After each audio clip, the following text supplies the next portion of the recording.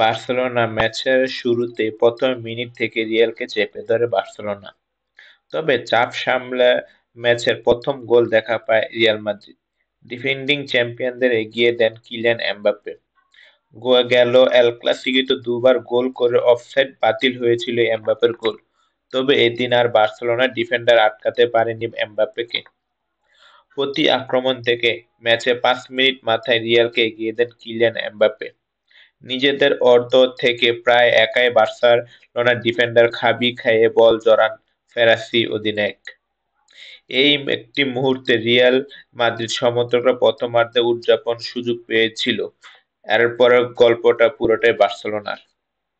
যা শুরু ২২ মিনিটেই লামিন ইয়ামালের হাত ধরে এমবাপ্পের করা চোখ ধাঁধানো গোলকে বুলিয়ে দিতে ২০ মিনিট সময় নেননি ১৭ বয়সী এই তরুণ।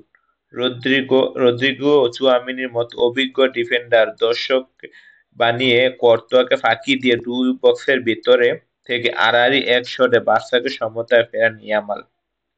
এই একটা গোল বদলে দেয় পুরো ম্যাচের চিত্র। এরপর রিয়ালকে নিয়ে রীতিমতো ছেলে খেলা মাতল বার্সেলোনা। ৩৬ মিনিটে ডি বক্সের ভেতর বল ক্লিয়ার করতে গিয়ে গাবিকে ফাউল করে বসেন রিয়াল মিডফিল্ডার কামাভিঙ্গা। ভিআর এর সাহায্য নিয়ে রেফারি পেনাল্টি বাঁশি বাজান। স্পট কিক থেকে বার্সেলোনাকে এগিয়ে দেন রবার্ট লেভানডস্কি। ৩ মিনিট বাদে বার্সেলোনা আবার পায়ে গোল দেখা। ৩ নম্বর গোলটি আসে রাফিনার কাছ থেকে। দুই Real Madrid defender Lucas Vazquez ও চুয়ামেনির মাঝখানে বিরাট ফাঁকা জায়গা কাজে লাগাতে ভুল করেননি রাফিনা। কুন্দের বাড়ানো বল থেকে জোরালো হেডে জাল খুঁজে নেন ব্রাজিলিয়ান এই ফরোয়ার্ড। যোগ করার সময় আরও একবার গোলের দেখা মিলল বার্সেলোনার। এবার প্রতি আক্রমণে রাফিনা বাড়ানো বল থেকে ব্যবধান বাড়ান।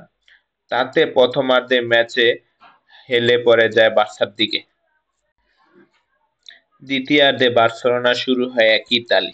বিরতি থেকে ফেরা ৩ মিনিট মাথায় মেলে গোলের দেখা। প্রতি আক্রমণ থেকে আরও একবার গোলের দেখা পান রাফিনহা।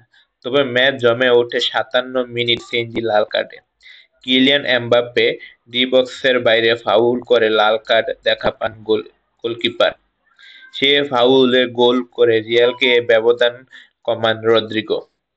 পরে ১০ জনের বার্সেলোনার আক্রমণের ধার কমায়। তাতে গতি কমে খেলারও। রিয়ালের সামনের ম্যাচে ফেরার সুযোগ থাকলেও বার্সেলোনার দারুণ ডিফেন্ডিং সেটা হয়ে ওঠেনি। বদলি হিসেবে নামা ইনাকি পিনাক দারুণ কিছু সেভে রিয়ালও আর পারেনি গোলের ব্যবধান কমাতে। তাতে ৫-২ গোলের বড় জয় নিয়ে মাঠ ছাড়ে বার্সেলোনা।